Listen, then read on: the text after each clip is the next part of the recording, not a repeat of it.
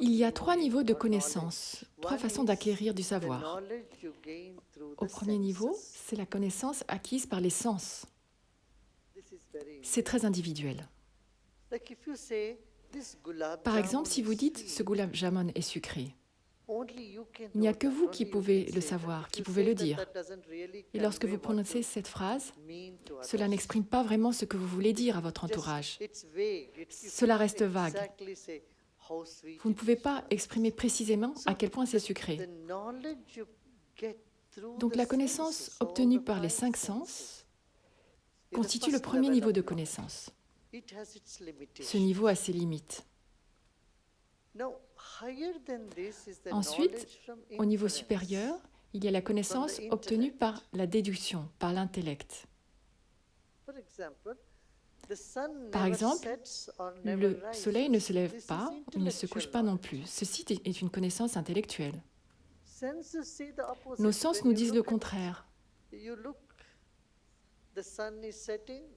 Quand vous regardez, vous voyez toujours le soleil se lever et se coucher. Mais notre intellect nous dit non, ce n'est pas vrai. Le soleil ne se lève pas, il ne se couche pas non plus.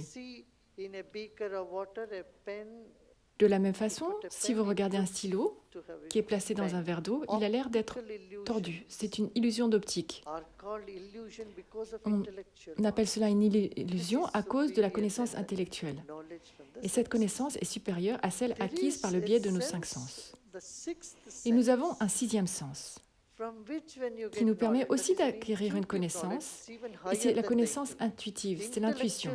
Cette connaissance est supérieure à la connaissance intellectuelle, car dans la connaissance intellectuelle, il y a du calcul, de la compréhension, mais il y a un savoir qui vient de nos tripes, qui défie tout raisonnement et toute logique. Donc, lorsque vous avez une intuition, vous écoutez votre instinct, vous obtenez une connaissance intuitive, alors celle-ci est d'un niveau encore supérieur à la connaissance intellectuelle. Cette connaissance est suprême, elle est totalement juste. Si c'est vraiment une connaissance intuitive, alors elle est totalement juste. Si ce n'est pas le cas, alors ça veut dire que ce n'était pas une intuition, une connaissance intuitive. Donc, voilà les 3 niveaux de connaissance, par nos sens, par notre intellect, et celle qui est obtenue par un plan au-dessus de l'intellect, par l'esprit lui-même, par la conscience elle-même. Voilà les 3 niveaux.